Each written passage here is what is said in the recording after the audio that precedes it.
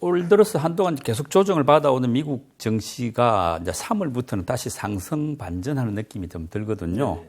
2분기 전망은 어떻습니까? 계속 좀 반등세로 갈까요? 일단 3월에 저점 확인은 한 것으로 보여지고요.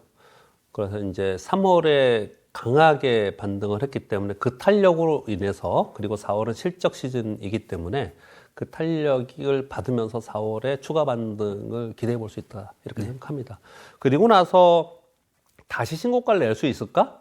4월에 반등을 주어서 혹시 그 4월 안에 우크라이나 전쟁이 딱 종료가 됐다, 그래서 한번 오버슈팅이 된다, 그러면 S&P 500은 신고가 트라이를 한번 우리가 보지 않을까라고 생각은 좀 들어요. 그런데 나스닥은 거기까지는 생각 안 들고요. 만약에 신고가를 간다 하더라도 다시 되밀 거라고 생각합니다. 왜냐하면 5월에 FOMC 회의가 끝나면서 금리 인상 빅스텝으로 50bp 금리 인상하고 양적 긴축 한다는 얘기가 딱 나오기 시작을 하면은 시장은 다시 한번 또 흔들릴 개연성이 있고, 특히 하반기 가면 갈수록 이제 경기 위축, 경기 둔화와 경기 위축, 경기 침체, 요 얘기를 할 가능성이 굉장히 높아집니다.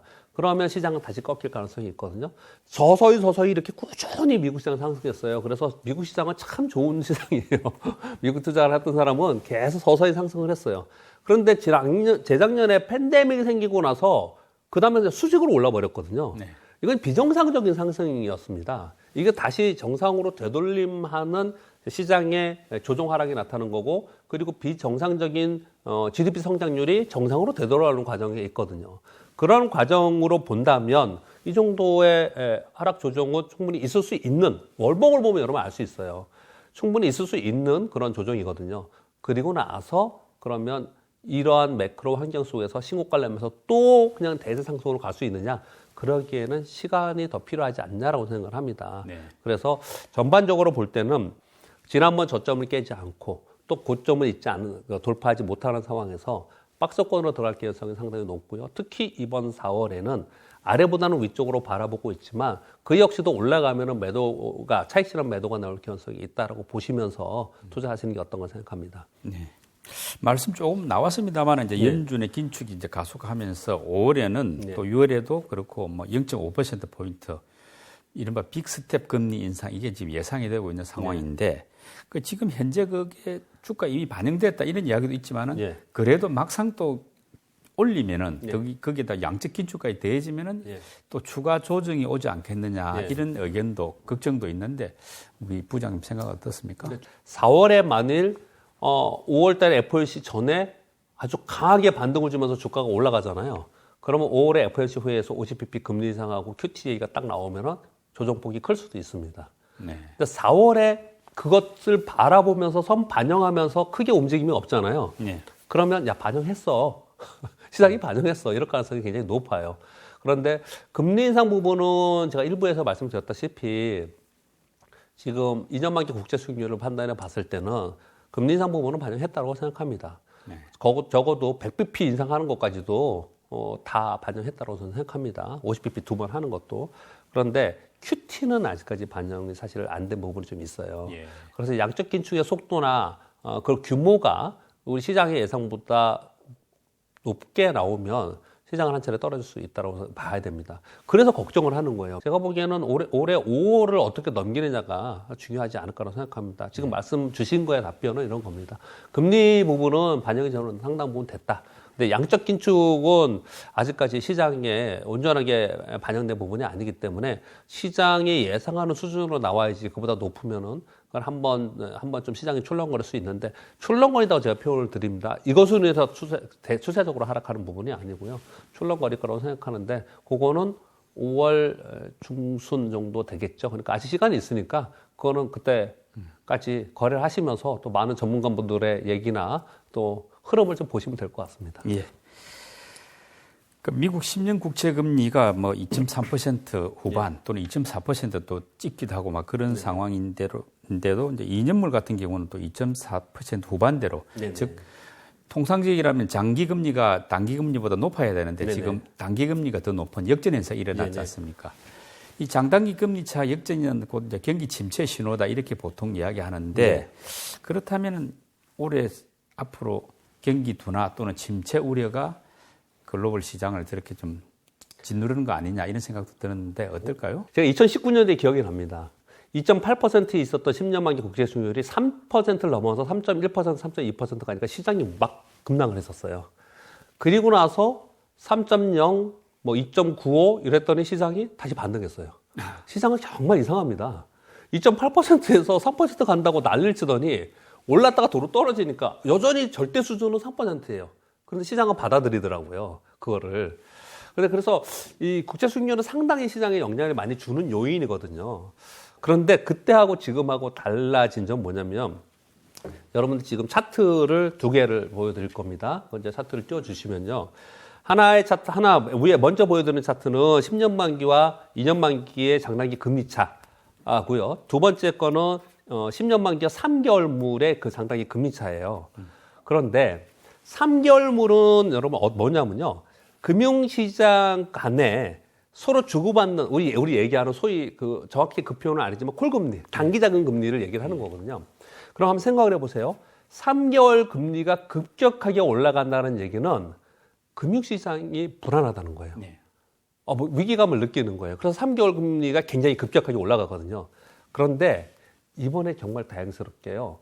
지금 3개월 만기 국채 수익률은 0.52%입니다. 높지 않네요. 예. 얘는 절대 수준은 낮게 돼 있어요. 그래서 스프레드가 10년 만기하고 2년 만기는 역전되어 있습니다. 근데 10년 만기하고 3개월 물은 굉장히 벌어져 있어요. 지금 0.52분이 안 되니까 엄청나게 벌어져 있습니다. 근데 이게 3개월 물이 그러면 막 그냥 급속도로 올라가느냐? 그러지 않고 급속도로 한 차례 올라갔다가 요즘에는 좀 안정화되어 있어요. 그렇다는 얘기는 금융 시스템은 안정화되어 있다는 표현이에요. 네.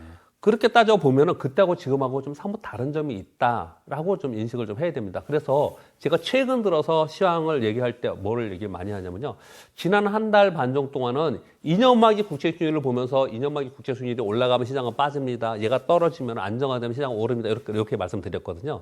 이제부터 하반기에 최소한 2분기에는 3개월 만기 국채 수익률을 보고 요게 막 올라가면 시장은 불안해하면서 떨어지는 거고 요게 안정화되면 시장은 안정화될 가능성이 있어요. 네. 그걸 팁으로 좀 말씀을 드리고 3개월 만기 국채 수익률이 상당히 안정화되어 있다.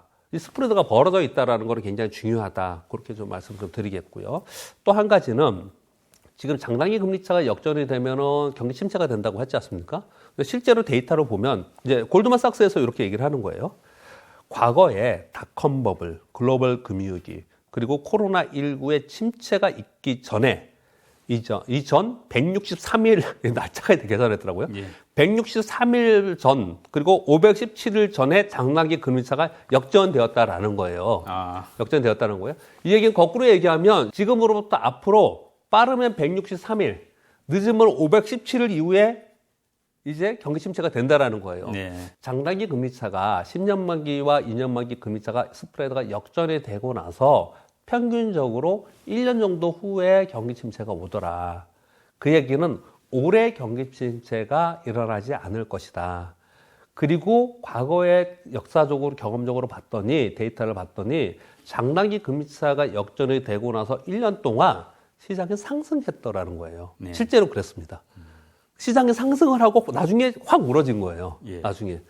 그러니 올해 2022년 1분기에 고생을 했지만 지금부터 하반기를 너무 경기 침체 이거 논하지 말고 주식 투자에서 수익을 낼 수 있는 기회는 아직 있다. 이렇게 얘기를 하고 있는 거예요. 근데 10년물 국채 금리가 이제 이런 식으로 2% 이상 올라왔고 2년물도 2.4% 이 정도면은 그 상당히 좀 기업 입장에서는 금리 조달에 뭐 쉽지 않은데 그래도 빅테크 주들 주식은 지금 상당히 좋지 않습니까? 그 이유는 뭔가요? 일단 첫 번째, 미국은 강력한 시중 현금 유동성이 있습니다. 이것도 화면 여러분께 한번 띄워드릴 겁니다.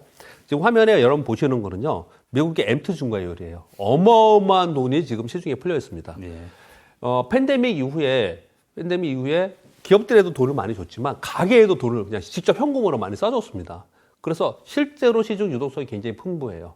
그래서 쉽게 미국 시장이 무너지지 않는 게 저변에 깔려 있습니다. 두 번째, 이 기업들은 풍부한 현금을 보유하고 있습니다. 굉장히 많은 현금을 보유하고 있는데 이 현금을 가지고 돈을 번 걸 가지고 뭘 하느냐? 주주 환원을 하죠. 아, 주주 환원을 하죠. 자사주 매입 같은 예, 거. 주주 환원율이 89%나 된다 그러죠. 예. 자사주 매입해서 소각하고 배당하고 얘는 분기 배당하고 어떤 데 월별 배당하고 이러지 않습니까? 네. 부럽지 않습니까? 우리나라 그런 기업이 없잖아요. 우리나라 삼성전자 이런 데 뭐 분기 배당이나 뭐 아니면 반기 배당이나 있죠. 근데 이렇지 않잖아요. 우리나라의 배당률이 28%뿐이 안 된다라는 거예요. 이게 근본적으로 다릅니다. 그리고 얘네들은 애플, 마이크로소프트, 테슬라, 엔비디아 얘네들이 무너질 것 같나? 그렇지 않을 거라는 거죠. 강력한 혁신 기업들이 시장을 이끌고 가고 있다는 거죠. 그런 가운데 요번에 더더욱 이쪽에 글로벌 IB들이나 보고서를 보면은 시장이 전체적으로 좀 어려워지면 질수록 미국에 집중해서 투자해라. 선진국 위주로 투자를 해라는 얘기들이 많이 나오거든요. 그래서 좀 안타까워요. 우리 시장에 대해서 안타까운 생각이 좀 있는데 왜 그렇게 그런 얘기 많이 나오냐면요. 미국이 지난번에 반도체 지원법을 통해서 자국 반도체 기업을 직접적으로 지원하지 않습니까? 미국이 기업을 아예 직접적으로 지원을 하는 거예요. 산업을요. 이거 반도체만이 아니고 그리고 에너지 자원 쪽에도 계속 지원한다는 발표들이 계속 나오고 있습니다.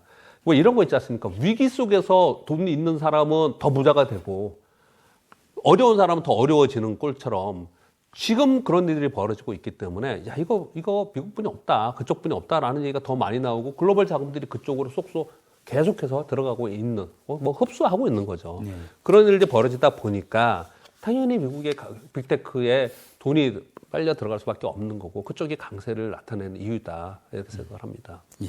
2분기 시장을 이제 꼭 미국만 두는 게 아니고 글로벌로 보고 국내 시장까지 감안할 때 우리 이제 부장님 보시기에 그래도 여러 가지 섹터 업종 중에서 이런 쪽이 좀 유망하다라고 좀 보는 쪽이 있을 거 아닙니까? 저는 일단 그 카테고리를 좀 정해드리면 저 이렇게 생각합니다.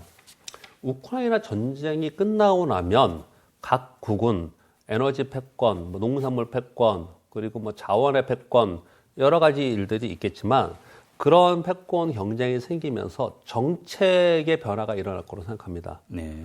그래서 그 정책의 흐름에 맞는 섹터들이 좋아질 거라고 생각하는데 특히나 우리나라는 5월에 신정부가 출범을 합니다. 네. 그럼 새로운 정부에서 정책들이 나오지 않습니까? 뭐 속속 요즘에 얘기를 하지 않습니까? 이런 것들이 우리나라만 갖고 움직이면 이거 테마로 끝나요. 그런데 이 정책이 글로벌리 정책하고 맞물려 있으면 이거는 약간 기조적으로 좀 길게 갈 수 있거든요. 그래서 한마디로 표현을 하면 전쟁 후 복구 정책 그리고 우리나라의 신정부 정책과 맞물려 있는 정책 수혜주. 네. 그러니까 요거는 올해 내내 좋을 가능성이 있다라는 거죠. 소위 자원 패권, 자원 무기와 관련되는 이쪽이 되지 않을까라고 생각합니다. 그래서 자원 개발이나 자원을 이용해서 원자재를 이용해서 어떤 중간재를 만드는 이런 쪽이 의외의 모습이 나타날 가능성이 있지 않을까 네. 그렇게 좀 생각을 한 카테고리를 말씀을 드리고요. 또 하나는 리오프닝. 우리 리오프닝 주도 작년에 한번 우리 호되게 당했습니다. 요번에도 리오프닝 얘기를 하면서 한번 쫙 올랐다가 그 다음에 빠지지는 않았어요. 거의 한 달 동안 또 얘네들이 또 헤매고 있어갖고 야 이거 맞는 거야? 이런 의심을 굉장히 많이 했어요. 그런데 지난주에 사회적 거리두기 본격 완화 정책이 발표가 됐습니다. 그러면서 다시 뜨기 시작을 했어요. 결국은 리오프닝 관련주들은 올해 화두가 될 수밖에 없다고 생각합니다. 그래서 리오프닝 관련주 중에서도 기본적으로 실적이 있었던 상황 속에서 리오프닝이 돼서 플러스 알파가 돼서 더 돈을 벌 수 있는 곳을 찾아야 되는데 가장 대표적인 게 엔터입니다. 그래서 엔터가 요즘 시국관에서 가는 거거든요. 공연이 시작되니까요. 예, 얘네들은 온라인으로 돈을 벌었습니다, 계속. 네. 비대면으로 계속 돈을 벌었는데 이제 플러스 알파인 거죠. 이런 쪽이 있는 것이고 또 요번에 수출 데이터 보면요. 온라인으로 가장 많이 늘었던 수출 데이터에서 보면은 뭐 의류, 화장품 이런 쪽이 있는데 온라인 쪽보다도 모바일이 많이 는 데가 있어요. 우리 휴대폰으로 그냥 뭐 사고 파는 거예요. 예. 이게 의류가 가장 많이 늘었습니다. 의류 패션도 기본적으로 실적이 있는 상태에서 리오프닝이 되면 수혜를 입을 수 있겠죠. 네. 이런 데를 찾는 게 어떤가 생각합니다. 세 번째는 지금 금리 상승기잖아요. 금리 상승기에는 여러분 어디를 사야 될까요? 은행주라고 맨날 얘기하지 않습니까? 예. 근데 실제로 그걸 모두 다 아는 거고, 그리고 보험주라고 얘기를 많이 하잖아요. 예. 금리 상승기에는. 그런데 금리 상승기에는 사실은 위험한 겁니다.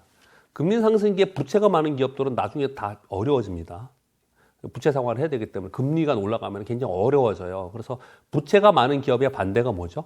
현금 흐름이 많은, 현금 유보가 많은 기업들 있잖아요. 네. 이런 기업의 이 자금에 시장에 관심이 쏠릴 수밖에 없어요.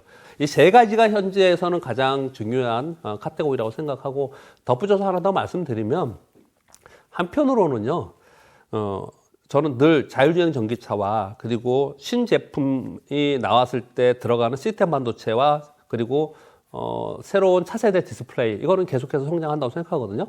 그럼 보시면요, 이 대형주들은 약하지만 아몰레드 디스플레이, 시스템 반도체, 자율주행 전기차에 들어가는 중소형주들을 보시잖아요. 그럼 보시면 걔네들 주가는 많이 안 빠져요. 오히려 계속 올라가는 종목들도 많습니다. 왜냐하면 이거는 구조적 성장이거든요. 그래서 이거는 그냥 계속 시장이 있는 한 계속 그저 가는 거고, 새롭게 어떤 게 되느냐 봤을 때는 첫 번째 정책, 두 번째 리오프닝, 세 번째 금리, 이렇게 좀 말씀드리고 싶습니다. 중국 증시 이야기 조금 여쭤보겠습니다. 이제 중국 증시를 그동안 계속 눌렀던 게 이제 규제 이슈인데, 요건 조금 완화되는 조짐이 이제 보이더라고요. 근데 문제는 이제 상하이 이번에 봉쇄됐습니다만 중국의 코로나 정책은 계속해서 좀 강경한 편이지 않습니까? 네네. 이런 걸 또 감안할 때 앞으로 2분기 이후에 중국 증시는 어떨까? 지금은 썩 좋지 못했는데 네네. 그걸 한번 질문드리고 싶습니다. 중국은 한번 정책이 나와서 경기 부양 드라이브를 한번 딱 걸기 시작하면 엄청 폭등합니다. 그 전에 2004년부터 2007년대까지 제조업 폭등한 적이 있었고요. 그 다음에 2013, 14, 15년 동안에 내수 기업들이 폭등한 적이 있었어요. 그만큼 정책에 의해서 크게 움직이는 시장이거든요. 그래서 지금의 현재 상황이 정치적인 이유이든 뭐든 간에 분명히 플랫폼을 규제하고, 그리고 뭐 길들이기는 뭐든 간에 기업들을 옥죄고 있는 것은 분명히 맞다고 생각을 하거든요. 그런 가운데 경기부양책을 쓰고 있지 않기 때문에 이 상황 속에서 지금 경기 지표가 나쁘고 있는 그런 상황이 자꾸 되면은 결국은 경기부양책을 쓸 것이다라고 저는 생각이 들고요. 그러면 중국은 상황이 많이 달라질 것이다. 우리나라는요, 지금은 중국은 거의 찬밥이고, 우리 그 소위 서학개미라고 하시는 뭐 해외 투자하시는 분들이 중국은 하면 망한다고 생각을 많이 하지 않습니까? 근데 중국 한번 움직이기 시작하면 굉장히 달라지는 거고, 그리고 중국을 투자하지 않는다 하더라도요, 우리나라 시장은 중국이 움직이면 영향을 엄청나게 크게 봅니다. 거의 상관계수가 1에 가까워요. 네. 그렇기 때문에 중국의 향후 정책과 중국이 어떻게 움직이는 것은 늘 살펴봐야 된다까지만 그냥 말씀을 드리겠습니다. 예. 그 말씀대로 이제 중국의 부양책에 대한 기대가 큰데, 이제 문제는 이게 언제 나올 것이냐 부분이거든요. 지금 연초부터 계속 기대만 하다가 아직 안 되고 있는데, 어쨌든 올 가을에 이제 시진핑 주석의 3년임이 결정이 되니까, 그 시간을 역산해 보면은, 그리고 상반기 중에는 이제 부양책이 좀 나오지 않겠느냐 하는 기대들이 있는 것 같은데, 부장님 보시기에는 어떻습니까? 중국의 정책은 오히려 내부보다도 미국과의 관계에서 성립되는 게 훨씬 더 크다라고 생각을 많이 합니다. 즉, 과거에 보면은요, 미국이 좋지 않을 때 중국은 확 치고 나가면서, 그러면서 경기부양 정책으로 쓰면서 상대적으로 확 이렇게 딱 끌어올라가는 이런 일이 굉장히 많았거든요. 미국이 좋은데 중국이 이걸 쫓아가겠다고 막 이랬던 적은 별로 없었던 것 같아요. 오히려 반대로 했던 경우가 굉장히 많았거든요. 이제 그렇다면은 중국은 만일 정말 장단기 금리차가 역전이 되고 글로벌 경기 침체 우려가 생기고 경기 침체의 조짐이 보이면서 미국이 이거 어떻게 해야 되나 걱정이 많이 되는 순간, 이런 순간이 오면 중국은 확실하게 경기 부양을 하면서 치고 나갈 가능성이 상당히 있다고 생각하거든요. 그렇게 만일 본다면은 지금 당장 나온다? 지금 당장보다는 올 연말이나 내년에 나올 가능성이 저는 더 오히려 있다라고 생각하고요. 그러면 지금 당장은 뭘 할 거냐? 맨날 거기서 얘기하는 그 리커창 총리나 사람들이 얘기하는 게 있죠. 수도꼭지론이지 않습니까? 중국은. 어려우면 수도꼭지를 열어서 물을 쭉 내려주고, 그러다 좀 괜찮아지면은 수도꼭지 잠그고, 수도꼭지론이에요, 거기는. 그러면서 계속해서 이거를 계속 완급을 이제 조절하면서 진행하고 있다가 어느 순간의 타이밍을 기다리겠죠. 그 타이밍은 지극히 정치적인 타이밍이 될 것이다라고 생각을 합니다. 그리고 투자자들 입장에서 이제 중국의 주가라든지 또 ETF에 대한 관심들이 많은데 네. 뭐 예컨대 알리바바, 텐센트 같은 중국 플랫폼 주가들 막 엄청나게 빠졌다가 약간 또 회복하는 조짐도 좀 보이고 있고 또 뭐 전기차 2차 전지 ETF 같은 경우도 많이 이제 조정받았다가 지금 약간 회복세인데 이런 쪽에 이제 어찌됐건 올해는 좀 오르지 않을까 기대감들이 잔뜩 있는데 시장에서 보시기에 우리 또 부장님 전망으로는 어떻습니까? 일단 단기적으로 낙폭이 크면 싸면 올라오는 건 분명히 맞는 것 같고요. 그래서 뭐 규제가 심했기 때문에 물론 올라온 부분도 있고 또 미국에서 규제를 한다는 부분들 때문에 중국이 또 미국한테는 또 함부로 못하는 부분도 있어서 야 그러면 자율적으로 우리 중국 정부에서 그 미국 SEC에서 지금 요구하는 그 회계 자료들 우리 좀 주겠다 이렇게 얘기를 좀 하고 있어요. 그래서 반등을 좀 했거든요. 지금 말씀 주신 텐센트나 알리바바나 중국의 플랫폼주들 그리고 전기차도 그렇습니다. 중국의 수요가 어마어마합니까? 그런데 뭐 테슬라도 중국에 팔아야 되는데 포드도 중국에 팔아야 되는데 미국은 그러면 야 우리 거는 사주고 너네 거는 가만둬 이건 안 되지 않습니까? 결국은 저는 성장할 거라고 봅니다. 다만 이건 역시도 시기가 어려운 시기에서는 그냥 뭐 일단 규제를 계속 하는 거고 조금만 안정화되면은 그 다음에서 팍 튀어 올라오는. 그래서 중국은 어떤 특징을 가냐면 중국의 여러분 월봉 차트를 보면요 이렇게 딱 뭉치들어들었다가 올라오면 그냥 대폭등이에요. 그랬다 또 폭락했다가 움직이면 대폭등 이런 성격을 갖고 있거든요. 이 기업들도 똑같이 그런 성격을 좀 가지고 있어요. 그래서 중국 굉장히 투자하기 어렵다고 하는데 장기적으로 투자를 하시는 분들이나 아니면 또 ETF를 투자하시는 분들은 많이 움츠러들었을 때 이런 쪽에 관심을 좀 갖는 거는 충분히 좀 가능하다고 생각합니다. 충분히 반등의 뭐 기회는 남아있다. 네, 저는 그렇게 봅니다. 예. 2분기 국내외 경제 상황과 증시 관련한 전반적인 움직임을 조목조목 짚어봤습니다. 지금부터 어떤 변수를 주목해야 하는지 그리고 앞으로 시장이 어떻게 흘러가는지를 판단하는데 많은 도움이 됐을 것 같습니다. 오늘도 인사이트 있는 강의를 해주신 박병창 부장님 수고 많이 하셨습니다. 네, 감사합니다. 또 뵙겠습니다.